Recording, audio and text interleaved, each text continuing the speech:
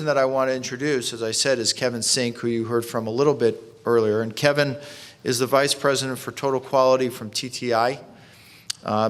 He's going to be speaking about risk assessments and avoidance protocols, segmenting your supply base by risk. It's always a pleasure to see Kevin. We're on the phone together usually every Thursday, so it's always nice to see him personally. And with that, Kevin Sink.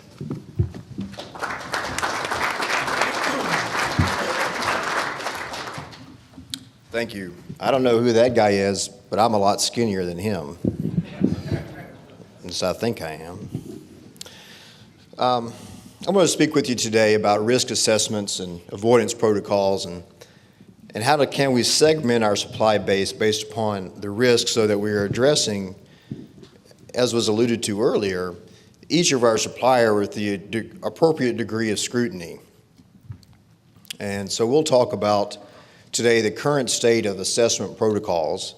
What is it that we as suppliers see from our customer base today?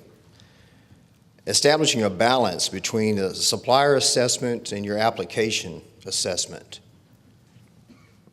We'll look at the continuum of electronic suppliers by counterfeit risk to perhaps give you a model that you can use in your own analysis.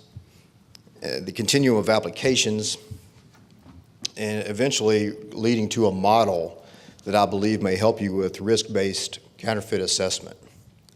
And some pragmatic considerations for that model.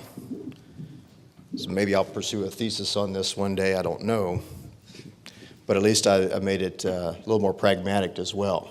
So currently, as a supplier, we receive 2 or 3 different methodologies where the customer bases would like to ensure that their products that they're receiving are legitimate and secure through the supply chain. And the one that we receive most often is a survey. So as with most customers, they send you a quality survey annually related to your aerospace standard, your ISO or AS qualification. And of late, we've seen several related just specifically to what are our processes in regards to counterfeits. And occasionally we get some auditors. He doesn't look like a happy auditor. No, I'm not sure I want him to audit me, but we do get them frequently. People will come in to audit on counterfeits. And lastly, we have a bit of a misnomer because people want to know if we're certified to AS 5553, 6081, or IDA 1010. Of course, there is no certification to 5553 as of yet. 6081 hasn't formally been released yet, and 1010 is a broker a standard for another part of the industry. So, in effect, those are the 3 things that we see most frequently today from the customers.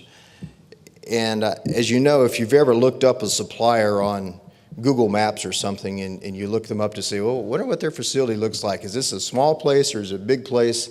You know that not all suppliers are created equal. And God bless the guys that are working out of pack and mail, but that may not necessarily be your most secure supplier.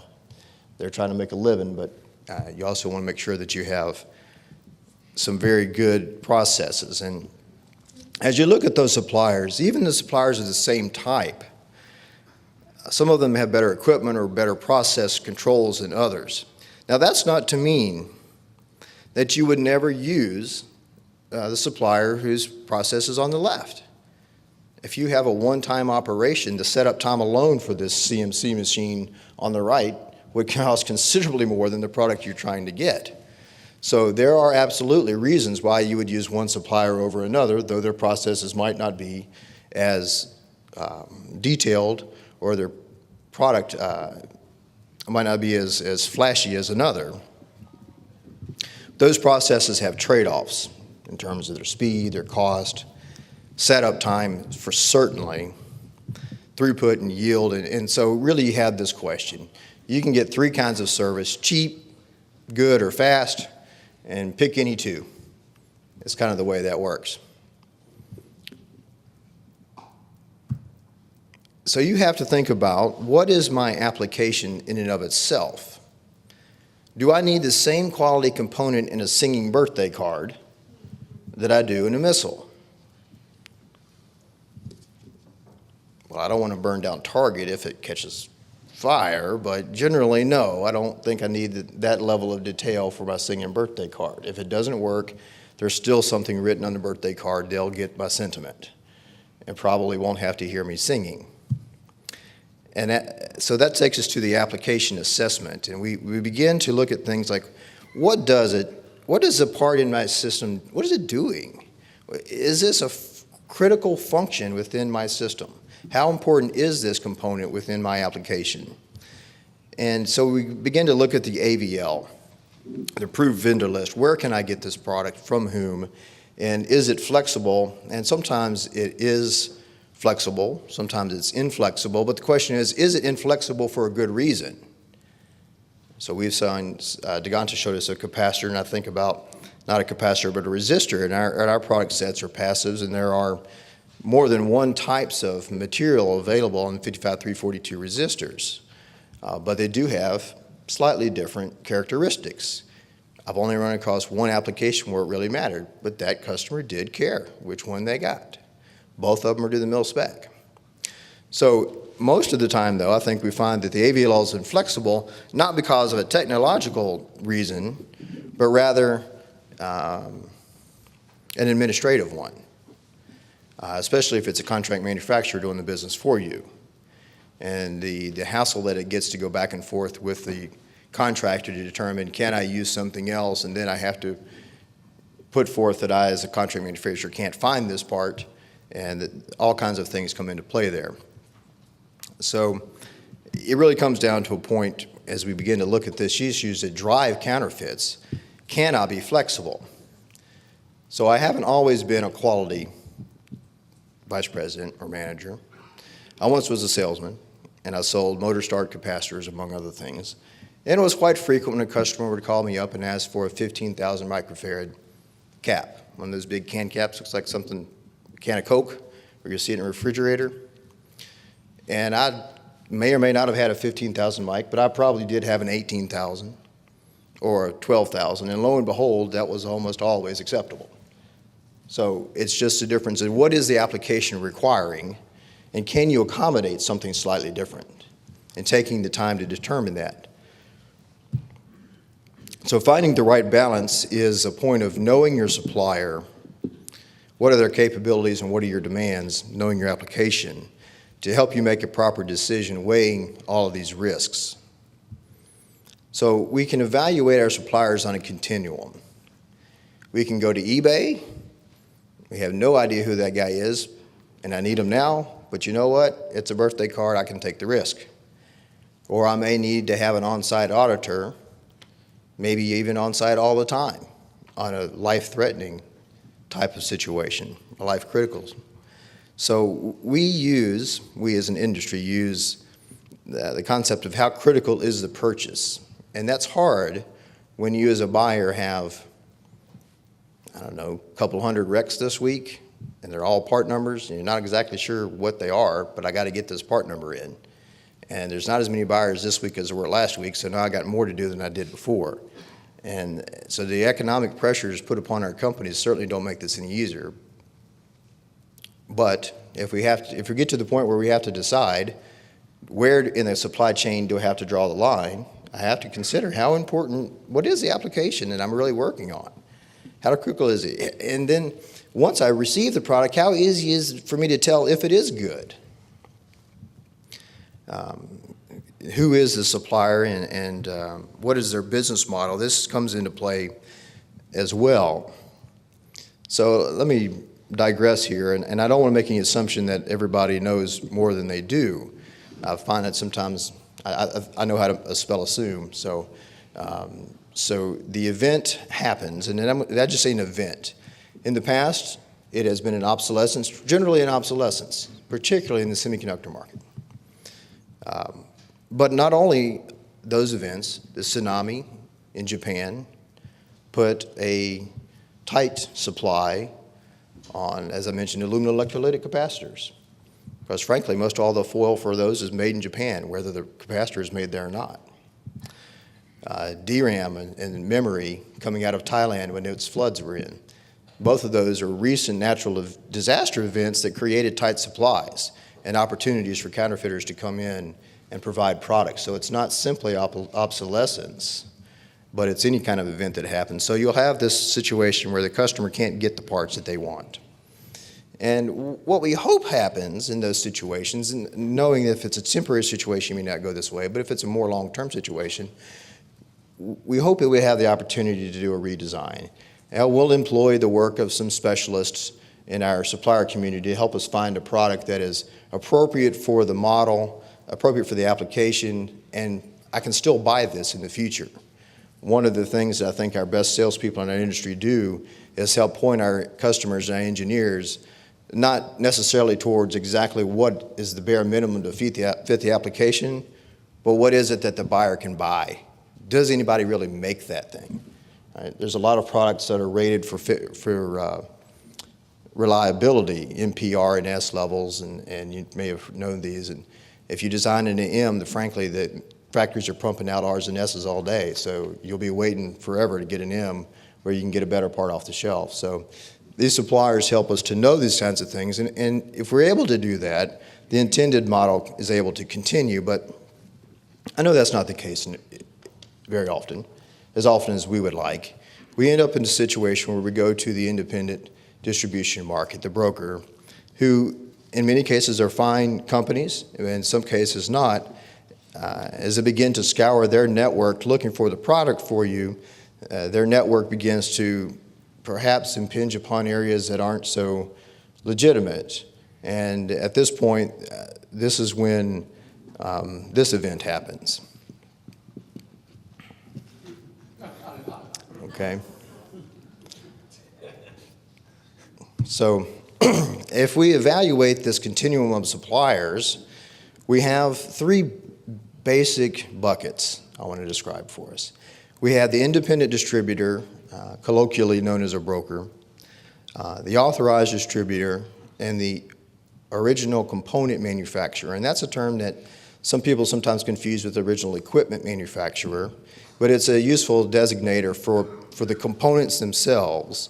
And what the components go into, that is the equipment that the OEM is making. So if you think about the end product for the customer being the OEM, that's that company. The OCM is the component manufacturer. So for the DRAM or the EEPROM or capacitor, resistor, what have you. So some definitions can help a little bit so that everybody in the room has a basic understanding of what these three major segments are. The general characteristic of an independent distributor is that they buy from the open market. That is often from CM or OEM excess inventory, particularly CMs, as our industry has moved towards contract manufacturing, and when the OEM decides, well, I can get it a little bit cheaper at this CM, all the inventory that last CM had in support is now junk, and they look to find a way to make pennies on the dollar for it and unload it to, quote-unquote, the gray market, or may sell the entire inventory out. So having a transition plan as an OEM between your CMs can be very helpful to help that new CM get up and running, and to alleviate any inventory charges they might want to put forth to you, the OEM, or at the very least altruistically to keep things off the gray market when your next CM is going to need the same components. These distributors also buy directly from the OCM if the order is big enough, or from other distributors, be it other independent distributors or frequently from the authorized distribution channel. Now, generally, an independent distributor does not have a contract with the supplier other than the purchase order itself. There's no obligation of promoting that supplier's portfolio of products. No rights of supplier warranty are generally put forth. Amongst the distributors in my model, we do not extend the warranty from the manufacturer beyond the original purchaser. The second of those three was the authorized, or sometimes known as a franchise distributor. And this distinction is becoming more and more important. The term authorized is becoming more in vogue to replace the term franchise, because franchise has a loading to it in and of itself. You think of a McDonald's franchise, for example, and that's not what these distributors are. They don't have a franchise that they've purchased from somebody else. They have a relationship with the suppliers that's contractual, an authorization that allows them to buy directly from that component manufacturer, and then they have these obligations where they must market that manufacturer's products. They must do design work with the customer base. They must sell smaller quantities than the full factory put up, for example, and provide credit. And they are able to extend warranty and engineering support. Now, one thing where we're having to work on is the authorized channel is there's a concept of authorized reseller in some markets. And that's different than an authorized distributor. And I think that's something that we're coming to grips with to help understand that, because there are lots of authorized resellers, particularly as you look into the Cisco and data integration and those types of businesses. Authorized reseller really has a meaning in and of itself different than authorized distributor. And that's something that we're going to have to grapple with.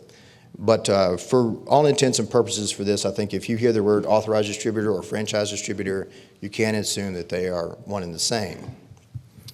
And then the original component manufacturer is generally the company that holds the intellectual property rights and generally manufactures the part, generally. They do provide warranty rights supports, but you will also have to buy a higher minimum generally and wait the full lead time.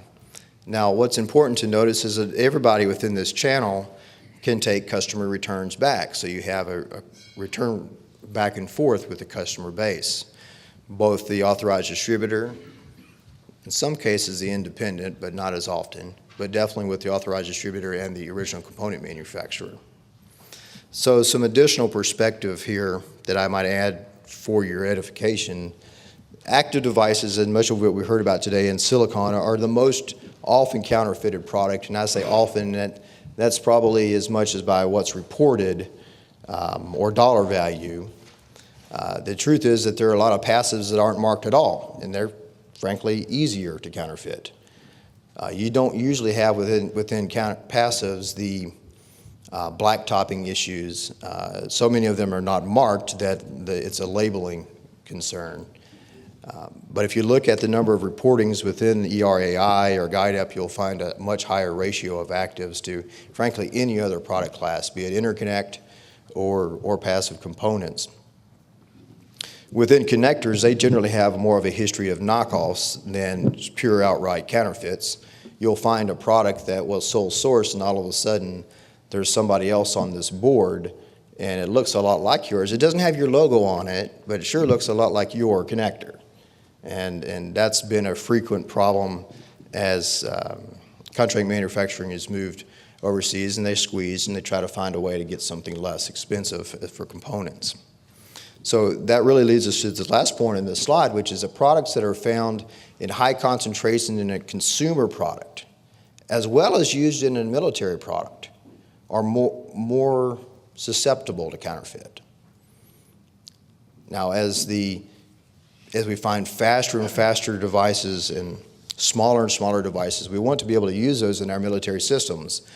But frequently they were being driven by some consumer application, by a cell phone, by an iPad. And those are all made in situations and in locations where intellectual property rights are not guarded as well as they are here in the United States. So that opens us up to a higher incidence of geography, where most of these counterfeits do come from a particular geography. And as Digant has mentioned, they do get smarter and smarter. And not only do they get smarter and smarter in how they do the counterfeiting, but as any one government begins to clamp down upon the imports from a particular country, then they learn to route the product outside to a more trusted country. And so things that used to come in strictly from Shenzhen might now go through an EU country to make them less susceptible. And although there are recent U.S. convictions, though, that doesn't mean that the U.S. is rivaling Asia in the number of counterfeits. The reality is those two convictions are a function of what we're able to enforce judicially,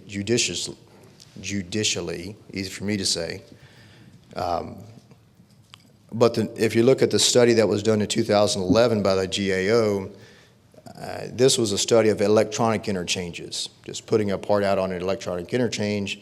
This was a set of parts of which were had not been produced in a certain amount of time, but yet the request was for a date code beyond that, for a version that didn't even exist in some cases, and yet every flavor of that part was responded to by this exchange, and the GAO was able to make 16 purchases of the product. So you're just kind of showing you can get anything you want, whether it was really ever made to begin with or not. So you really get to questions, well, how do I manage all of this?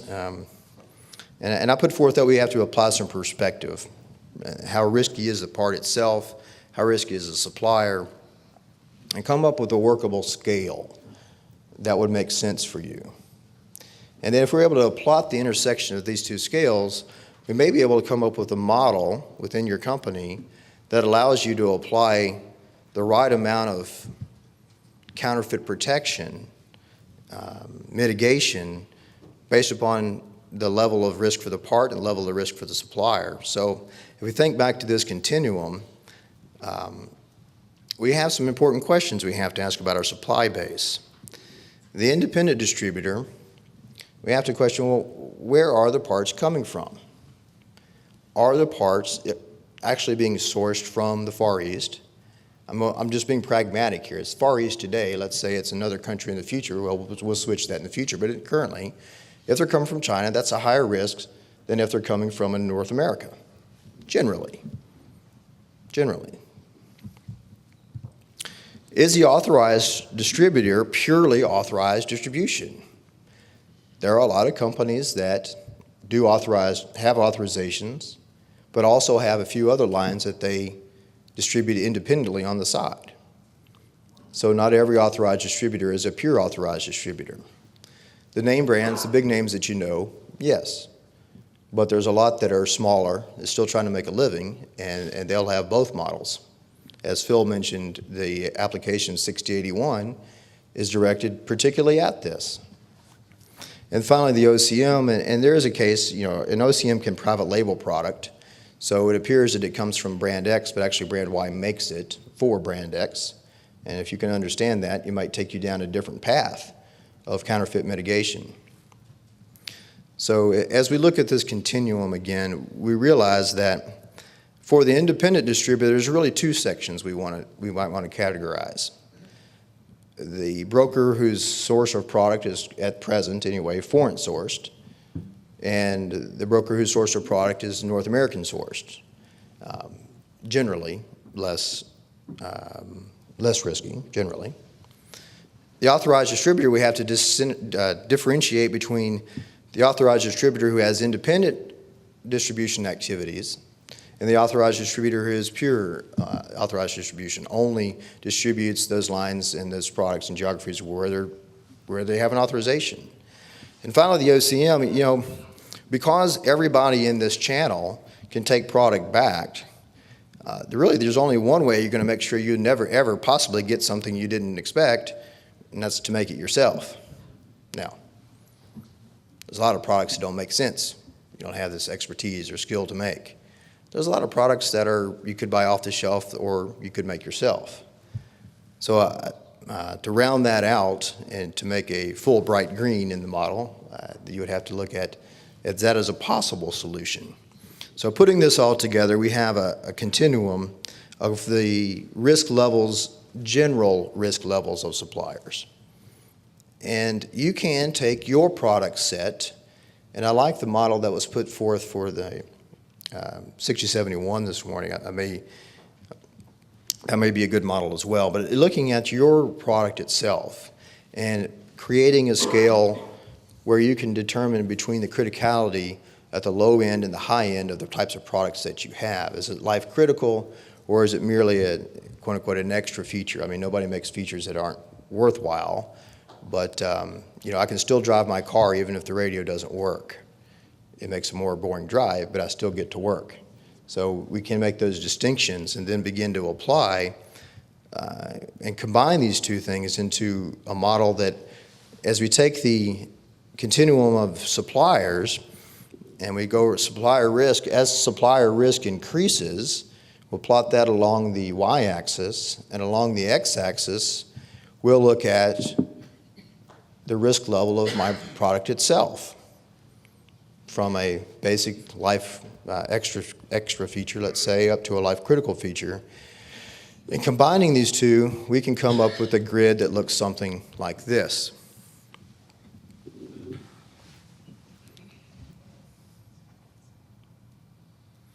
And we can begin to apply some simple thought processes in terms of if my application is not critical, then I can probably move further down the line, or I can apply less stringent testing features than I would if I have a highly critical application. Or if my source is inherently less risky because of their business model, I could also apply less intensive protocols than I might if my source were more inherently risky. So this is a model that can, just from a green to yellow to red continuum, is a way that you can begin to put this together. Now, I recognize that every bill of material generally has hundreds of parts, and it may be very difficult to do this for every part in your bill of material, particularly if that part's used in multiple different applications. It's going to be very critical in one application and totally superfluous in another. So I said, well, maybe that's not really practical for everything. Maybe it's practical for groups of products. At least it's better than nothing. And you don't have to apply the same brush to everything. Maybe we want to look at a more workable and just look at, if I just focus on the suppliers, how would I do that? So I said, well, let's look at just that axis, taking that simplified version. So if I were going to be pragmatic and try to address my suppliers upon that axis and come up with some rules, I would distinguish within my system between parts that are from a foreign source or from a foreign broker and parts that are from a local U.S. source. Now, that chain of traceability, you have to be sure about that. Just because it's in North America today doesn't mean it was always in North America. But the GAO study did show pretty well for us that the riskier products did come from abroad. And at this level, you're going to probably want to require the full set of validation tests. SIM analysis, scanning acoustical microscopy, delidding, decap, all of these types of high-level intensive tests. As you move to the broker with the North American source, that's where you really have to understand to be sure that indeed this product came through here. And that's in North American. You could probably use many of the EU countries as well, but you're also going to have to, here's where you're going to have to get into your developing your trusted suppliers. Those few independent distributors that you want to use, that you're confident in their processes, that you've audited them, and there's a limited number that you will work with, and you can then begin to apply your test in accordance with the risk of the part itself. You're confident with their processes, and then you say, okay, if my application is highly risky, I want you to use more of them. If it's not highly risky, I may not want to pay for that much. Then as we go forward, we get into that part where the authorized distributor with independent activity.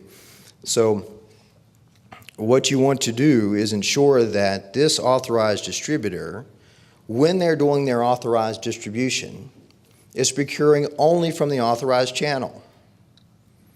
I would put forth that in most cases doing otherwise violates their authorization agreement, but it is something that you want to ensure. All right, they didn't buy, if I am selling AMP connectors, TE connectivity today, I didn't buy that from the gray market because I have an authorization. I bought it from TE. So that's the questions you want to make sure that you ask them. And then the other portion of their business where they're not authorized, you would treat them as you do the unauthorized portion. as you look towards the authorized distributor whose model is only authorized distribution, you want to be able to validate indeed that they do have this authorization. And the recommendation is go back to the OCM. It's pretty simple. You can go to their websites and see who their authorized distributors are. There are sometimes territorial and geographical distinctions, so you may have to go a little bit further than that.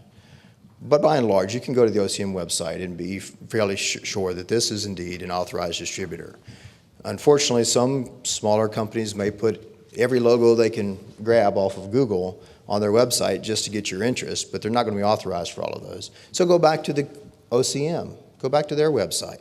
They're only going to list their authorized distributors. And you will have, with the distribution channel here, a limited risk in terms of what has been returned to them.